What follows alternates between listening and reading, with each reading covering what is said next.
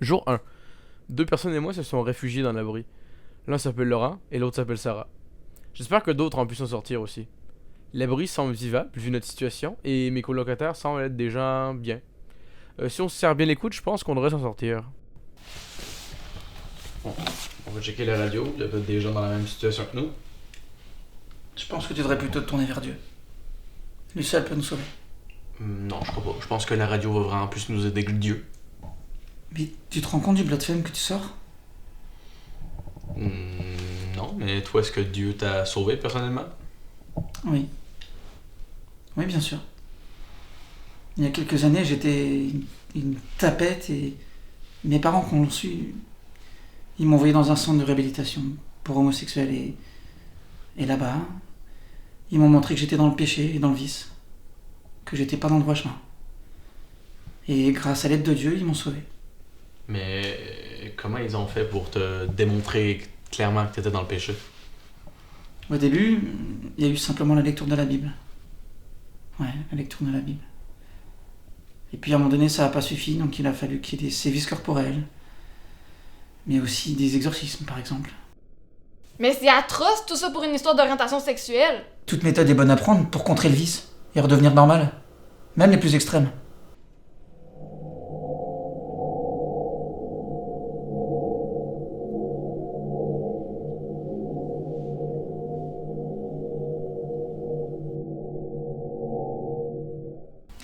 Carl, comment ça se fait que t'avais prévu un bunker? Tout le monde a été surpris par l'attaque nucléaire sauf toi.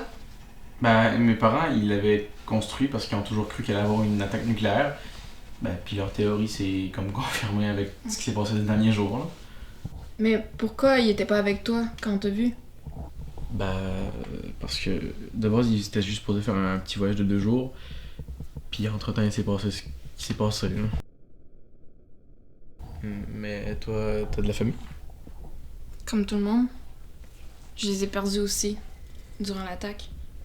J'espère qu'ils ont eu plus de chance que nous. J'espère aussi. Mais vaut mieux pas y penser. Ouais, sûrement raison.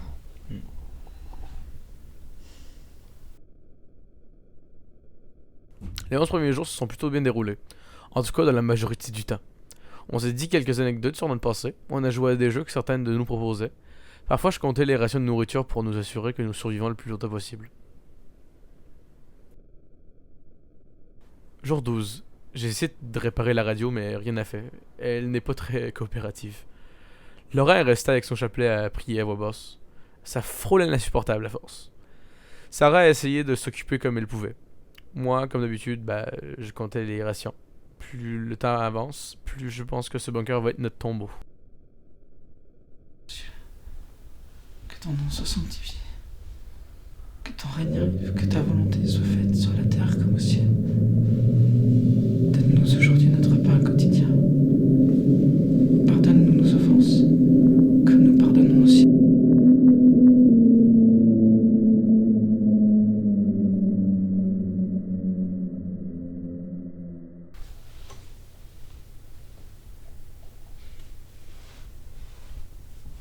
Tu t'es enfin réveillé? Ouais. J'ai compté les rations à ta place pendant que tu dormais. Mais comment tu fais pour devenir folle avec Laurent? Je l'ai écouté prier une fois, puis je commence à complètement vriller. J'essaie de me détendre le plus possible, même si très souvent c'est dur avec toute la situation. C'est impossible que tu sois aussi sereine. Pourquoi ça serait impossible? Pourquoi? Mais parce que depuis qu'on est arrivé, je fais que de prier. Tous les jours, je prie pour nous. Pour que Dieu vienne nous sauver, qu'il nous vienne en aide, mais ça marche pas. Je sens qu'à chaque instant, je peux céder à la tentation. Mais c'est normal que tu veux devenir fou. On est tous en train de le devenir. Et c'est pas normal. Avec la prière, je devrais avoir la paix intérieure.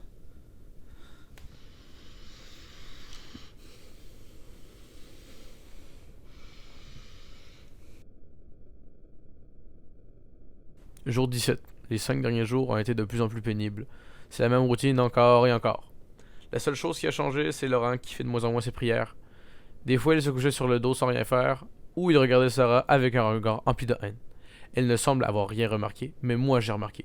Et je n'aime pas ça du tout. Il m'a déjà chuchoté à l'oreille qu'il pensait que Sarah était une sorte d'entité démoniaque, ou pire encore, l'Antichrist. Je vais sûrement lui en parler demain car ce gars-là est dangereux.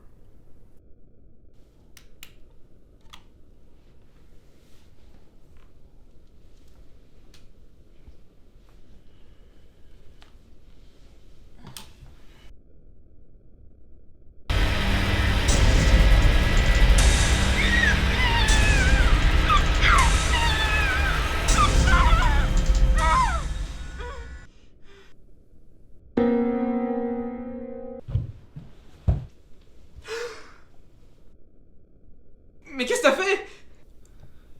Je nous ai sauvés. J'ai purifié cet endroit du mal.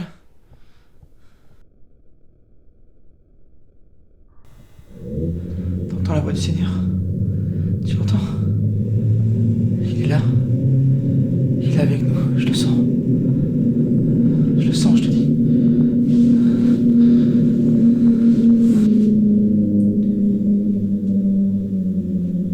Seigneur, t'as entendu mes prières?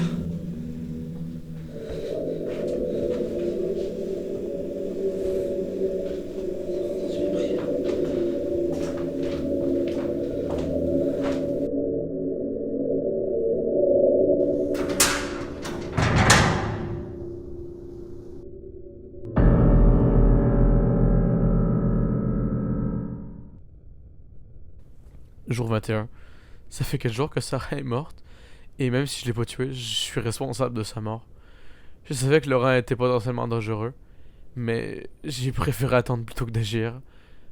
Parfois, j'ai l'impression que Sarah est là avec moi. C'est comme si je ressentais sa présence. Je suis une merde, je mérite pas de vivre. De toute façon, mes rations de nourriture commencent à s'épuiser peu à peu. Je vais sûrement mourir de faim dans quelques temps. Mais avant ça, je vais sûrement mettre fin à mes jours. C'est la dernière fois que j'écris dans ce carnet. De toute façon, la seule chose que ça représente, c'est ma foutue déchéance.